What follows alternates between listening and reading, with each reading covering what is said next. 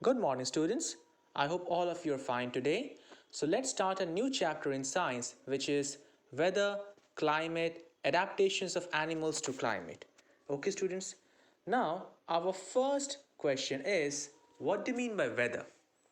Weather can be defined as a measure of daily atmospheric conditions, okay, which involves different elements. For example, rainfall, temperature, humidity, snowfall, storms, winds, and much more. Okay, so as we know that students, there are different types of weather. In some places it may be warm, in some places it may be partly cloudy, in some places it may be sunny, it may be breezy, it may be rainy. Different types of weather we know. So a weather report, it generally contains the information about the weather of the day. So government has a special department which determines the weather of a place and prepare the weather report. They are called as meteorological department. Now these weather report published in newspapers, radio, televisions, etc. students. Now the weather forecast is very much important for people because many of our day-to-day activities are based on weather conditions. For example, we can check the possibility of rainfall on a particular day, and after that we will decide and carry an umbrella with us accordingly. So weather of a place, students, is never constant. It changes every day or in every hour. For instance, it may be sunny in the morning in an area, but in the evening it may be colder. So the weather report of a place always includes the minimum and maximum temperatures of the day, so which can be measured using a minimum maximum thermometer. So the minimum temperature of the morning, students, okay, it can be experienced in the morning time, while the maximum temperature you can experience in the afternoon time. Now to measure the rainfall of a place, we use a special instrument which is called as rain gauge. Now rain gauge, students, you can see in the picture, it collects the rainwater of origin and has a measuring scale which determines the quantity of rainfall of that place. Okay. Now our question or next question arises that how do changes in weather occur? Now students, any changes in the weather of a place on the earth is because of the sun, which radiates large amount of heat and light energy on the earth.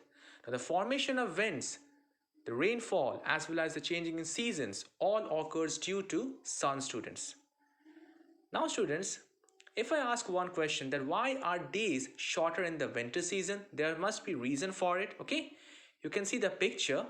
Now we know that, students, that earth spins on an axis around the sun.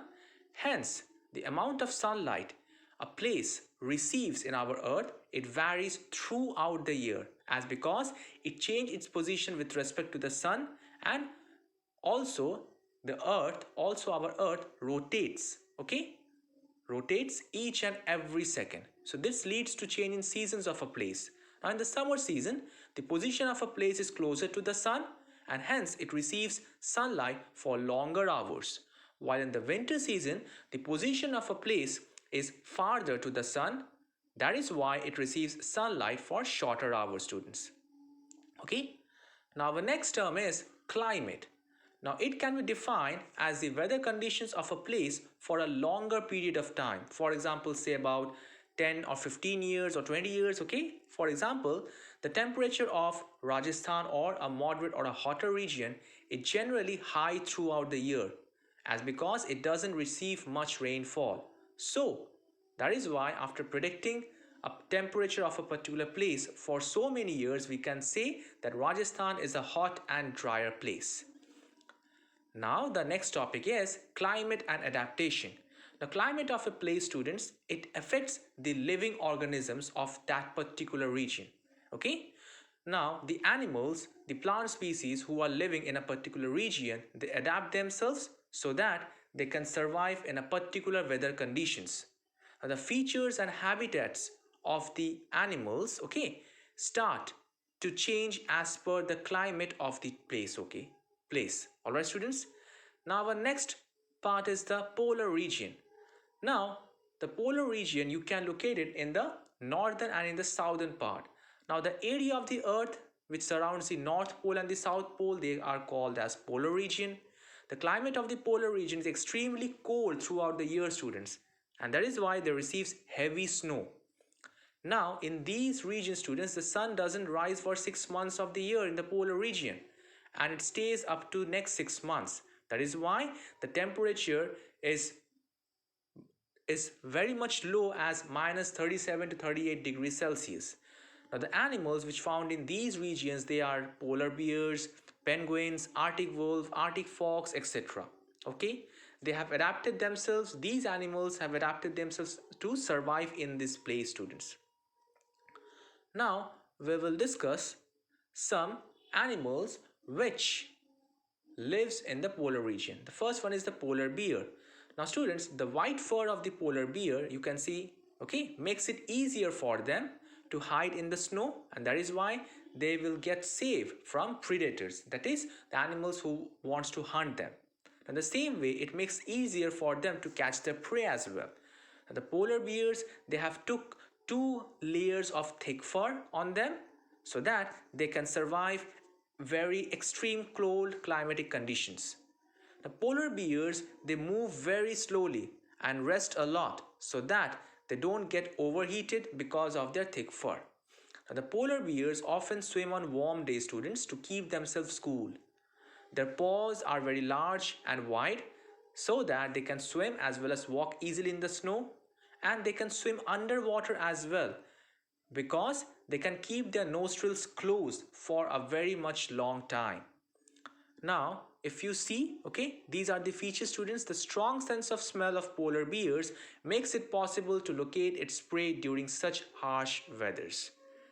Now, the next animal which you can find in the polar regions, they are penguins. They are white in color so that they can hide in the snow. They have thick skin with large fat deposited in their body so that they can survive the cold weather easily. They generally live in a crowd or nest closely so that they can stay warm, students.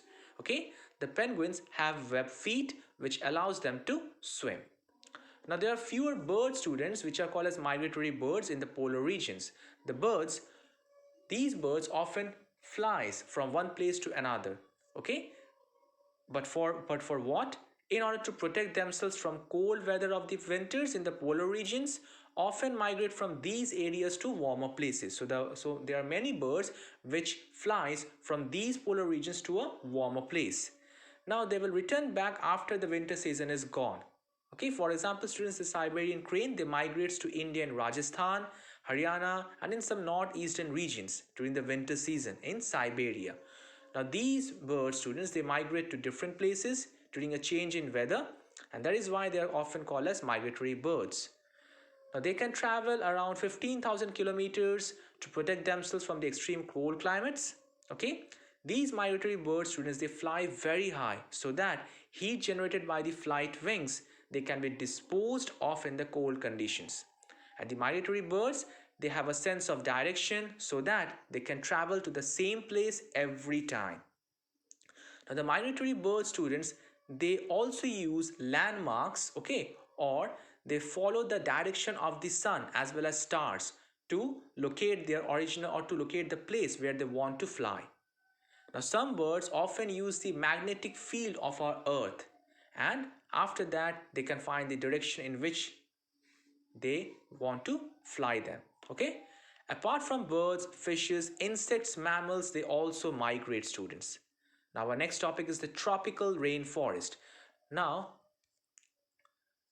the tropical regions on the earth, students, they are the regions which are very much close to the equator, and equator, students, these regions, they receive more amount of sunlight during the year.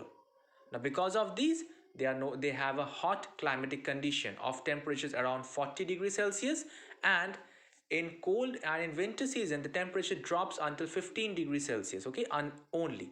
Now the length of the day and night are almost equal in these regions. However, students, there is a lot of rainfall, and so the tropical rainforests are found in this region. So they are the home of variety of vegetation and animals. Now due to large habitation, the animals often compete for food in these regions. Now students, many animals have adapted themselves so that they can live on the trees and find their food easily. So the skin color of these animals, they're generally similar to that of the surroundings so that they can catch their prey easily, and they can also protect themselves from the hunters or the predators. Also students, these animals have a very good powerful eyesight and they have a good sense of hearing. Okay, now students, our next topic is about the animals which we often see. Okay, so I will discuss two of the animals. One we can see as the red-eyed frog. It has a sticky feet so that it can climb up on the trees easily. Okay, now students, our next animal is the toucan birds. They have a large and long beak, okay, with which it can reach the food that is found on the weaker branches as well. And we all know about the lions and tigers. They have a very thick skin, sharp eyesight, and sensitive hearing. And students, and also we will discuss about the elephant who eats the bark of the trees. The tusk or large teeth of elephant, they allows it to clear the bark of the trees. Now students, the large ears of the elephant, it helps us to hear sensitive sounds that it makes them easier to protect itself from predators. The ears also protect the elephants from the hot and humid climate of the rainforest students. Okay students, so our chapter is completed here. So I have uploaded all the question answers through the PDF students. So go through the PDF, learn all the question answers and whatever details are given in the chapter, just go through it and make all the topics clear to you. Okay students, so that's all for today. Thank you.